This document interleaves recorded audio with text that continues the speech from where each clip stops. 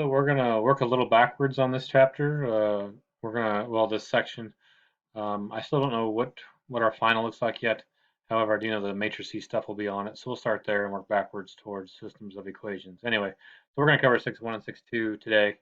So it's talking about now. It's gonna refer to an augmented matrix, and it's wanting you to use a method that I don't necessarily want you to use. But we'll talk about it. We'll talk about it when we get there. Anyway, we're going to share the screen and we'll do it like the side by side this time and see what that looks like. Actually, maybe I better do this first one just as an example. So we're going to have that augmented matrix. So we're going to have um, 9, 1, 7, 6 would be the first row of that. Then we'll have 6, -5, and -1, and 6 would be your row 2. And then we'll have a 1, a -4, a -7, and a -5. So that's all we're going to do, and to change that into an augmented matrix that we can see.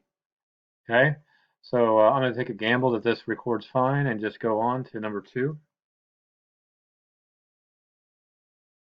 Number 2 works exactly the same way. We're going to turn that into an augmented matrix, except it's WXYZ. So we're going to go with a -2, -4, +4, +1, -3. And then we just want to make sure we line things up. So if it's not there, that means there's a 0. So we're going to have a -1, a 1, another 0, and a 1. We're going to have a 1 followed by a 1, a -7, a 0, and a -15.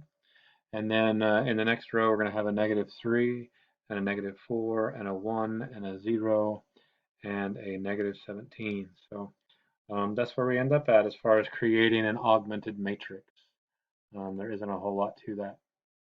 So it says write the system of linear equations represented by the augmented matrix. So now in problem number 2 here, we're going to go backwards. We're going to take an augmented matrix and we're going to convert that into a system of equations.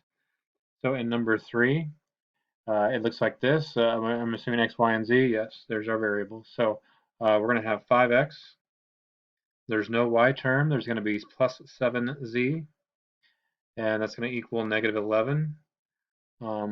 If you notice that it has a line here that I really don't care about. That's irrelevant to what we're doing, and you're not going to see that in your calculator. So anyway, if you put 0x there, it's not the end of the world, but we're going to have a y minus 3z is equal to 12. And then we're going to have a 2x and a 5y and a no z. I mean, again, we'll leave that blank. You could put 0z if you wanted to. I was just spacing out when I put that 0x in there. But there we go. That's what we're doing. We're creating a system of equations from that. And so this is all working backwards into solving a system of equations using your calculator, which is what we're going to do. And I personally think this skill is easy enough that I'm actually not going to even do number 4, just because I don't think it's anything hard. Okay, so here's what we need to talk about. Solve the system of equations using matrices. Use the Gaussian elimination and back substitution or Gauss-Jordan elimination. So if you do help me solve this, it's going to show you that method. However, I don't want us to use that method. Okay, I want us to create an augmented matrix. I want to go 1, 1, -1, and -2. And then we have a 2 and a -1 and a 1 and a 2. And our last one's going to be a -1 and a 3, a -2, and a 1. So yes, we're going to start out, if you do help me solve this or view an example, yes, we're going to start out using the same augmented matrix, or we're going to start with an augmented matrix. The only difference is what we do with that augmented matrix is going to be completely different. Okay, in Gaussian Jordan elimination, what happens is we're going to multiply and add until we get to something that looks like this. Okay, it'll be 1, 0, 0, 0, 1, 0, 0, 0, 1, and then there's going to be a number here, and a number here, and a number here. Okay, that's what it's going to look like when we get done using Gaussian Jordan elimination and back substitution. And that's a process that I don't think we need to run through. Okay, here is what we need to be able to do. The first thing we need to be able to do is find my calculator. So we have to be able to work with matrices on your calculator. So some of you that haven't been using a graphing calculator, we're going to ride the struggle bus. I did send out a link that TI is providing a desktop version of a calculator. If that is something that you can use, then that is there in the announcements as well. So anyway, we're going to create a matrix. We're going to go over into the Edit menu, and we're going to edit matrix A. Now here we got to talk about the size of matrix A. The size of a matrix is rows by columns. So in this particular case, there are 3 rows, and there are 1, 2, 3, 4 columns. So the size of this matrix is 3 by 4. And we're going to enter that matrix in there.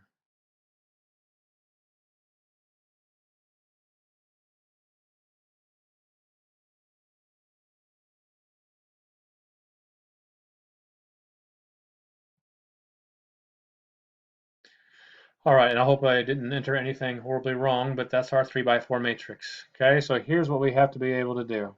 Okay, we're going to go into back to our matrix menu, and we're going to go over to math. And in that math menu, it's faster to actually scroll up, but you could scroll down until we get to a command called RREF. Okay, we are going to row reduce, and that stands for row reduced echelon form, spelled wrong. I don't think there's an S in there. Echelon form. Okay. Not that you need to know that at all, but that's what we're doing. So this process here is going to be that right there. Okay. So let's pick this and show this. So we're going to pick row reduced echelon form, clear that. I wasn't ready to do that. And this is the part that I always goof up. We need to be back out onto your main screen. Now hit math. Actually, now hit botch this up. We're going to hit matrix. We're going to go over to math. In the matrix, we're going to arrow up till we get to RREF. So now it's going to sit there and blink at me because it is waiting for me to tell it what matrix to do. So we're going to hit second and matrix again. Matrix 1 is the 3 by 4 matrix that we created, so we're good. It looked funny. Anyway, we're going to hit enter. So let's talk about what we got here. So when we did this, I think there's room here. Okay, we got 1 0 0 0, we got 0 1 0 5, and we got 0 0 1 7. And now we're going to go backwards. We're going to take this augmented matrix that we have for an answer, and we're going to create my systems of equations. So this is telling me that x, there's no y, there's no z, x equals 0. There's no x, there's one y, there's no z, so that's telling me that y equals 5.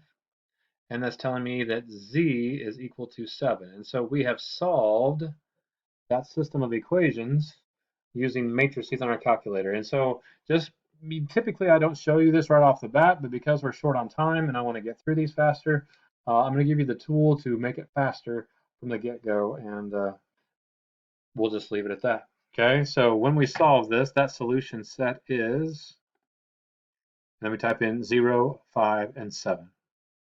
Okay. All right, let's look at number 7. And so all of this is exactly the same thing. There is at least we may just scroll forward until we get to a different one because, this is just, there'll be a slight, subtle difference when we get to no solutions. Actually, maybe I better do all these. I can't remember when no solutions, infinite solutions comes in here. Okay, so we're going to do number 5. And actually, I'm not even going to put number 5 on paper. We're just going to go straight to our calculator. We're going to go into our matrix. We're going to edit matrix A, so we're going to press a 1. Okay.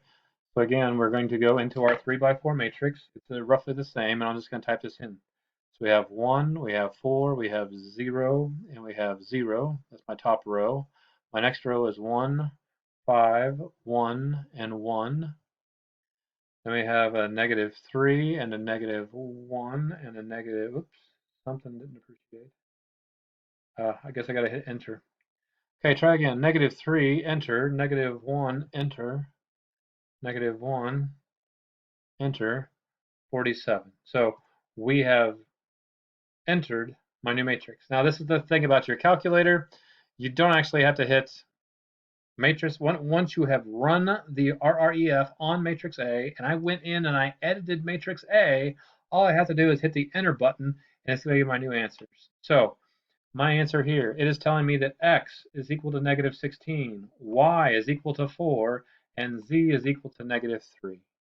Okay, that's what it's telling me. And this is, we're solving a system of equations, three variable, three system equations. But again, I'm cutting to the chase.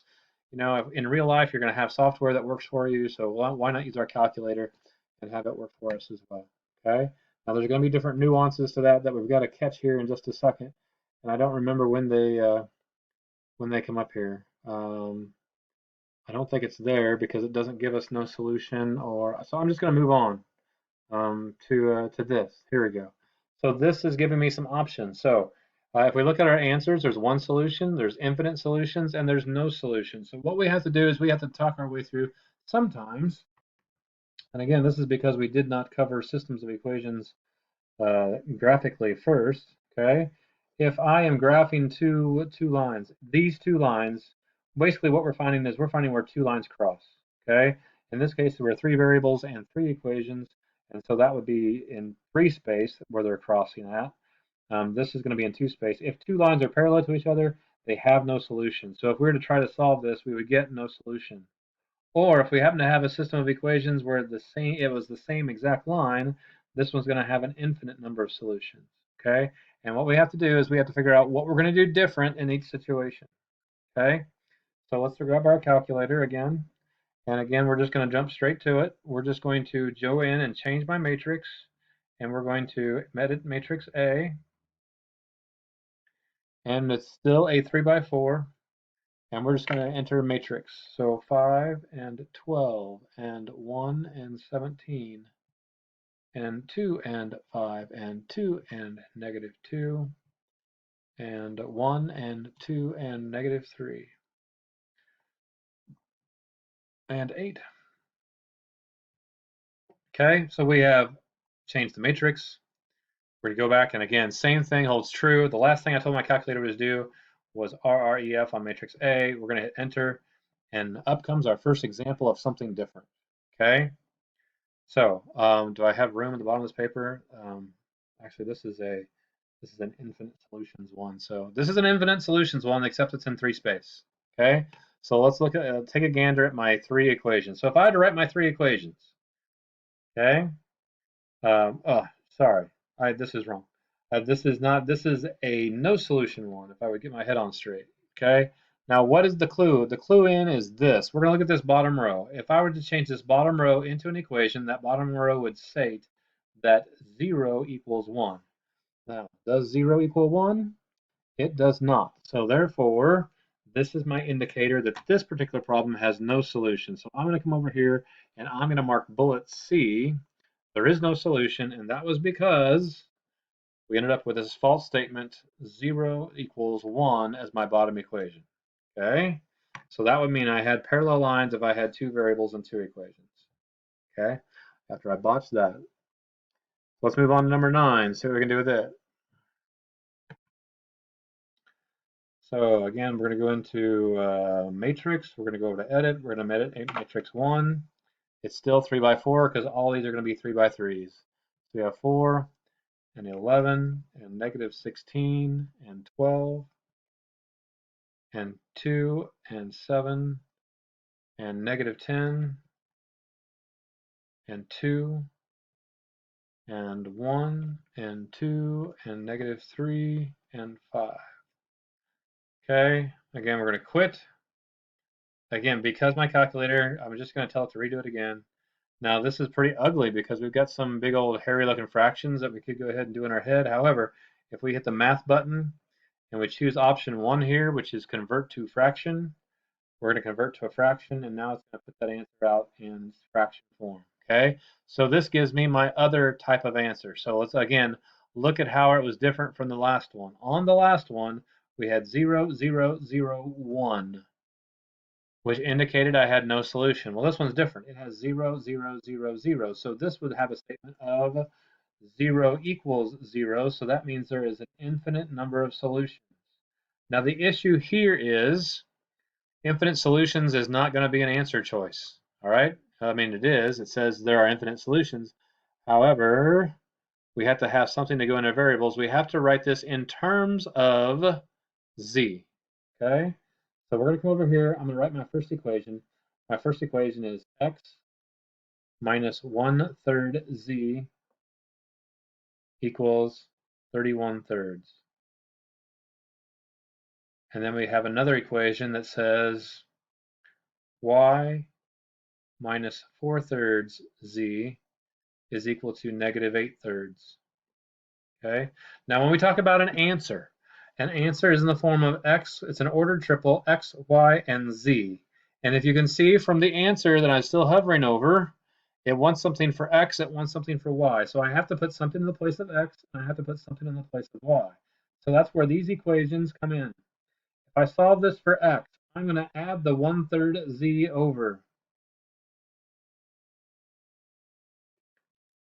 And if I solve for y, I am going to add the 4/3 z over to the other side. So what happens now is, instead of writing x, I'm going to write what x equals, which is 1/3 z plus 31/3. I'm going to write what y equals, which is 4/3 z minus 8/3. And then I'm going to have a z. So what I've done is, because it's not an infinite number of points, it's just not that any point works. It has to be specific to one variable. So that's what we've done here. We put that answer in terms of z. So I'm going to come over here, and I'm going to click that first x box, and I'm going to type 1/3 z plus 31/3. And I'm going to click in the y box. I'm going to type 4/3 z minus 8/3. And that is going to be my answer for an infinite solutions problem. Okay, so here's another one, again, all on that same line. So we're going to go into math, not math, we're going to go into matrix. We're going to edit matrix A one more time. So it's a 3x4, and so we're going to enter that matrix. So we have a 6 followed by a 3 and a 2 and a negative 16 and a 2 and a negative 6 and a negative 3, whoops, negative 3 and a negative 15. And then for the last row, we have 1 and 1 and negative 1 and 6. Okay, so this is what we're staring at. Again, we're going to quit out of this. Now, the last thing I told my calculator to do was convert that to a fraction. So that doesn't work. So here's something else about our calculator. We're going to hit second and enter, which is a previous command. I'm going to hit second and enter again, which takes me back to row reduced echelon form on matrix A. So I'm going to hit enter. Okay, now what do we have for an answer here?